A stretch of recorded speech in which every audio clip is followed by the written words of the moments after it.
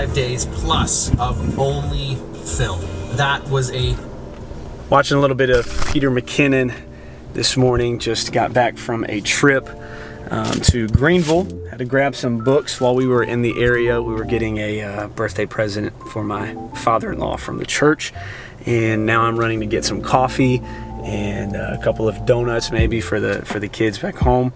But I got a call last night from someone who watches the videos, and a good friend of mine, actually a student at the school who you might know, and he was really curious about something. This is what he asked me. What's in the cabinet?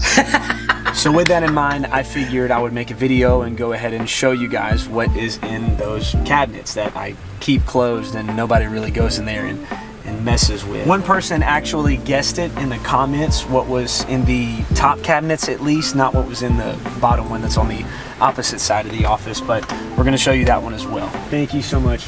You have a great one. Coffee's acquired, donuts acquired. We're gonna go drop these off. I'm gonna keep this small one, maybe a donut as well, and then we'll head to the office and check out what is in the cabinets. Mark, I need your help. I don't know what to do with these pink frosted sprinkled donuts. What do I do, Mark?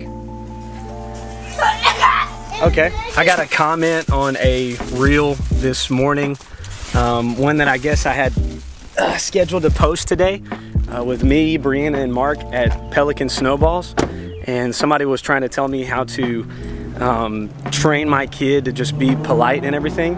This is obviously someone who doesn't know me, which is cool. I'm glad that people who don't know me personally are actually watching the videos, so that's pretty neat. Mark is not my kid. Mark is my brother-in-law.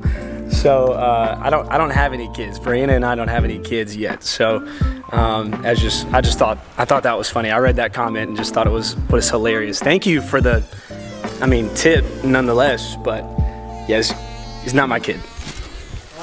Sorry, the lighting in here isn't like studio lighting or whatever. But Books A Million buys today. I saw these on John Maxwell's website, and they look a whole lot like the, where are they at? Right here. The Still Like an Artist, Austin Kleon books. I don't have his third one, but these books right here, which are incredible, amazing, so good for creatives. And it really caught my attention because obviously the shape, but it's like the same layout, same format. So I heard no reviews on these or anything, but I thought they were cool, so I wanted to grab these. His brand new book, High Road Leadership. I've been listening to and taking a ton of notes on the Maxwell Leadership podcast. They did a 4-part series on High Road Leadership with John Maxwell himself in the studio, which was incredible, really cool to listen to. Plus they have like notes that you can follow along with and fill out as you listen to the podcast. That's incredible, and probably something I'm gonna implement in some stuff that I'm working on. And then lastly, the bullet journal. I wanted to try this out just because I'm huge in taking notes right now. I stayed up super late last night, like past midnight, taking notes on the High Road Leadership podcast and quotes and stuff that I pulled from it. Just writing and filling out my Hobonichi cousin inside that saddleback case or whatever that I had shared in an earlier video. But I love it, and I'm trying to get even better at it. I've seen this a lot on YouTube and on Instagram, so I figured I would go ahead and grab it and check it out for myself. Maybe make a video about it, I don't know. I was telling Brianna in the store the other day that I really am trying to figure out what kind of content I want to create on a consistent basis, something that's going to draw people's attention, help people out, maybe even get to a point to where I can have companies come in and send me something to be in a video or just for me to check out in general. She said she thought I'd be good at doing like review videos and just talking about different objects, different things, saddleback leather, these notebooks, these pens, different equipment that I use because I talk a lot was what she said. And I just looked at her. She goes, no, it doesn't mean, I don't mean that in a bad way. She's like, but I really think you'd be good at it because you describe things and And anyways, whatever. I was offended but flattered at the same time. I don't know what better way to put that, but my wife is awesome. She's just super cool. Okay, for the reason that you came here, let's get right into it. These cabinets that are right above me is the ones that we are wondering about, that John called me last night about, and we are going to open these right now. Inside of these cabinets, go ahead and pause it if you need to comment one more time your guess as to what is inside of here. If you need to pause it and let me know before I open these, and you maybe get disappointed. I don't know. Again, very nerdy, very embarrassing potentially. I'm not even gonna say it's embarrassing like I just did, but I'm cool with it. I think it's awesome. But anyways, here we go. Inside of these cabinets is stacks and stacks, along with some extra stuff, but stacks and stacks of playing cards. Both cabinets, stacks and rows full of playing cards. Almost all of these I have opened and played around with. I also have a ton of duplicates because I want to keep some for like a collection. Some of these are way more rare than others. They're very hard to come across. I have some brands in here from Rise Playing Cards, David Blaine, Orbit Playing Cards, Theory 11, just a ton of different brands and artists, magicians, cardists. Peter McKinnon's Theory 11 Playing Cards. I've got a few copies of those. I probably have the most of Orbit playing cards. As of right now, that is my favorite brand of playing cards. Last time I counted, before we moved out of our rental house, I had like over 300 decks. Pretty insane, quite an unhealthy obsession. And this is like something that is sparked, or did spark, at COVID, basically. I know many people who picked up old habits or old things that they used to do, video games, skateboarding, different stuff like that, during COVID, just to, you know, go back and first of all fill in some free time that they had. My thing that I wanted to get into was playing cards and actually learning how to shuffle, how to maneuver them properly, do illusions with them, just fun stuff like that. But I obviously got completely obsessed with it. I think I actually have somewhere in here, I want to, if I can find them. They look like this. This is a signed copy, but this is the very first by Chris Ramsey. This is the very first deck, magic deck, not a standard deck of cards that I got. I have some of the original, I believe it's, you know, signified by Blue Seal, USPC playing cards whenever they were in Cincinnati, Ohio.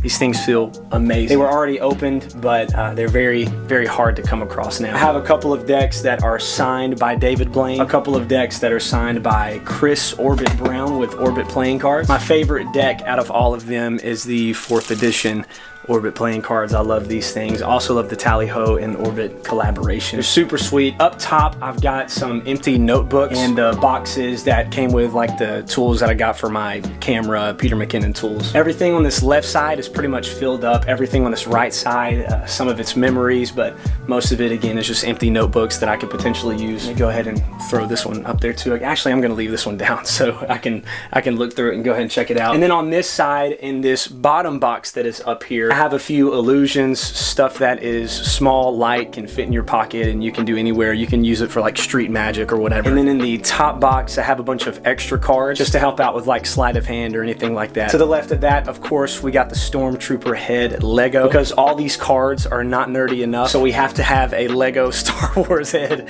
up there just to cap things off, or at least you think the cap is on there whenever you get the Star Wars Lego head. But we are not done. We have to move to this cabinet on the other side of the room. In this bottom cabinet, I have some of my prized possessions. This is about, I'm just gonna open it and show you guys what is inside of here. Inside of this cabinet here, I have all of my Pokemon cards. Yes, you heard it right, all of my Pokemon cards. I also forgot that I had some of this other stuff stuffed up inside of this cabinet. These are pins, I guess, that came from Pokemon Go packs of Pokemon cards. I have some automatic catchers for the Pokemon Go game, a Nintendo DS, Game Boy Advance, and my Game Boy SP. This is to show you how serious I was right here. Check this out. This Game Boy SP, I had the magnifying glass with the light and everything that that went on this bad boy. I was not messing around.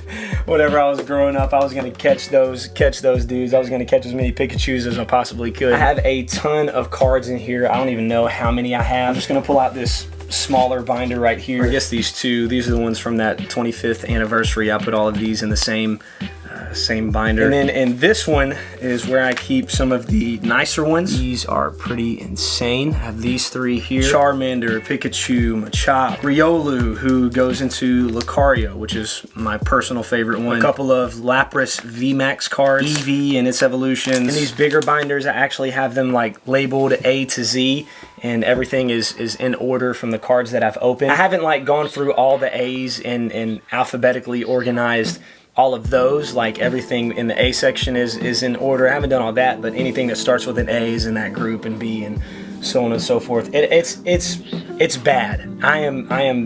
It makes no sense. I shock myself, okay? I'm appalled by myself at the fact that I have this. There's a bank bag with my old Game Boy games in it. It's like, I'm telling you, why I still have this stuff, I don't know. It's just an obsession, I guess. I would say it's an unhealthy one. It's not the best financial obsession, but it's I mean, it's not killing me, so I mean, I guess that's a plus. I don't play Pokemon card games. I've played Pokemon Go. I've got the Violet game, I think, for my Switch, but I guess I'm more into collecting them than anything. So me and my 9-year-old brother-in-law collect and open these things together. That says a lot.